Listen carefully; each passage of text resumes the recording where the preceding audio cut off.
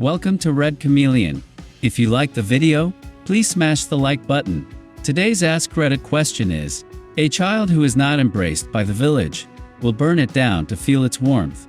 What is an example of this that you've seen or experienced firsthand? Let's get started. Does anyone know the actual story of King Shaka Zulu? He was literally that guy. Shaka was born as an illegitimate son of a Zulu and was thus rejected by the Zulu settlements. He spent his childhood growing up in his mother's settlements and was then lent an army, which he used to take over the Zulu tribe. One of the greatest but most intense African warriors and monarchs of all time. I went to school with a kid who seemed a little disturbed. Maybe it's just my bias, but he definitely seemed like the school shooter type. Well, no one liked this kid and constantly picked on him. Once in some random class in 7th grade, I asked him if he wanted to be my partner for some dumb little assignment. We chatted in class for the rest of the year. Toward the end of high school, he told me I kept him from some bad hit by being his best friend. I literally only talked to him in class for a few months, and by that point hadn't talked to him in years. Embrace everyone, folks. You never know whether it might change someone's life. I knew a girl a few years back, who I think is a decent example of this. She was diagnosed with Alzheimer's dementia back in primary school, and was shunned by her whole family because of it. As a result, she had low self-esteem, and slowly grew a profound hatred for people, which resulted in everyone at school hating her. As a result, her hatred grew more. After her 17th birthday, she ran away, but before she did, she had spent about 5 years gathering dirt on everyone who wronged her. She released it all, which resulted in her parents splitting, and a bunch of other kids being expelled, or getting into hit with their parents, and if memory serves me correctly, one kid even got disowned because of what everyone found out about him. She ended up running up to a family friend of mine, and is still working on rebuilding her life. It's a shame because she is one of the nicest people I know, and is a very honest person. Everyone just treated her like crap, so she burned it all. Kid went to school. He was in special behavioral classes, and then was put into our class in 4th grade. My teacher was hard on him. One day, the kid had a tantrum, and threw a chair. He was sent back to the special classes, which probably destroyed him. He continued on, and in high school, was one of the freaks. Always wore a trench coat. In Texas, mind you, he was into nerdy things. I talked to him sometimes, but wouldn't really call him a friend. More just nice to him. He would be reading accidental death and dismemberment books, and we'd chat about that. Being my uncle got me into RPGs. In 11th grade, the school went into lockdown for some unknown reason. Found out he committed suicide in one of the school bathrooms. Heard he wrote letters to faculty and friends prior to doing it. My cousin's son had similar issues in 1st grade. He and his little brother were not allowed many toys when in daycare when his parents were working.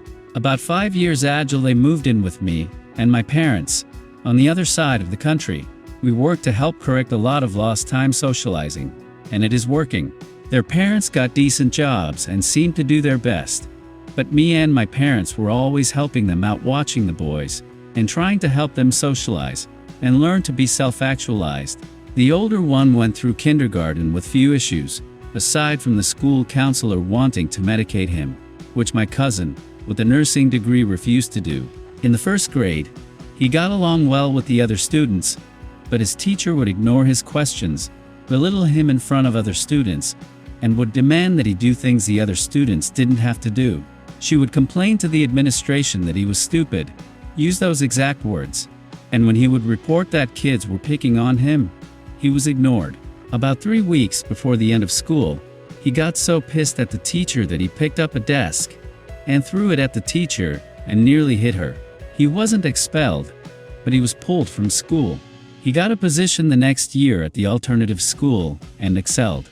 However, his 1st grade teacher started complaining that alternative school isn't for grade school but middle and high school. So much so, the school board cut the program after his 2nd grade year. Now he is homeschooled, and they are still trying to figure how best to sue the district. I hope it doesn't cause too many issues in the long term with him. But he needs structure, and homeschooling just caused him to learn to lie. So he just can't play games all day. I work with kids who have mental health issues. Many of them have attempted suicide, ran away, self-harm, or have an addiction of some kind by their mid-teens. They always have some kind of traumatic family life that has pushed them to that problem. One thing we see again and again is the poor kid who comes in after the parent has belittled them and told them what a piece of garbage they are for years. Eventually, the kid starts acting out, which the adult uses as proof that he or she was right all along about the kid being an awful piece of shit. One kid I worked with was in and out of treatment programs for a couple of years and had exactly this kind of parent. Father was always on the road driving a truck and checked out when he was at home. Mom was personality disordered and extremely emotionally and verbally abusive. One day, while his father was on the road, this boy murdered his mother by bludgeoning her to death with a hammer while she slept in. Then he kept her body in the house for a few days, abusing the corpse before stuffing her remains into the trash can and leaving them on the curbside for pickup. I watched this one kid suffer huge amounts of abuse at the hands of his mother. Massive amounts. It was known and got reported. Sure, tepidly, but it's a small inbred town in the 1980s, and she worked for CPS. She was nutty as a rabid howler monkey, and twice as mean. He was pretty sensitive and nice to me considering he was an older kid. One day, he didn't make the bus and I thought something was wrong. The house was oddly still, but I shrugged it off. I was pretty young. By the time I get to school, I learned that the cops had arrived after the bus, and he had killed his mother. She finally crossed the line beating his younger brother with a bat.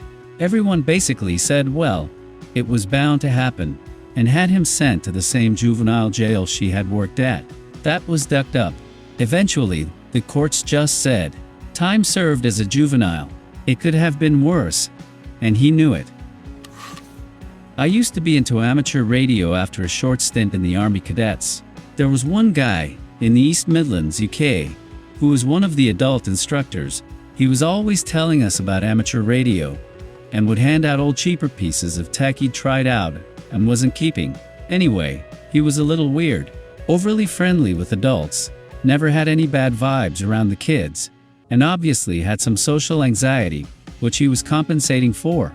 Personally, I suspect he was on the autistic spectrum, but who knows?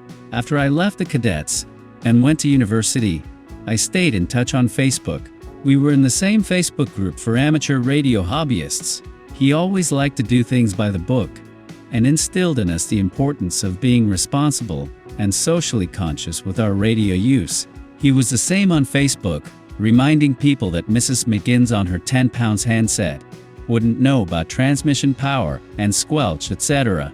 He mentioned in passing to a new member the importance of only using the public unlicensed channels, kind of like CB radio in the US, on the correct very low power setting of half watt.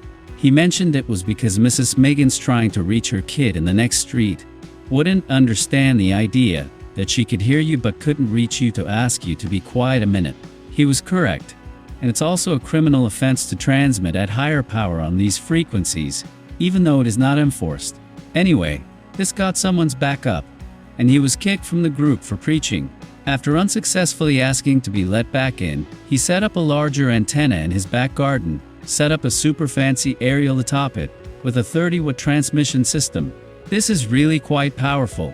He now turns this on for several hours a day on whatever channels the radio club is using to teach them the importance of good etiquette. This means that nobody can use certain frequencies for hours at a time, as it just sounds like someone is having a one-way conversation on air. He could probably get arrested, but that doesn't seem to bother him at all.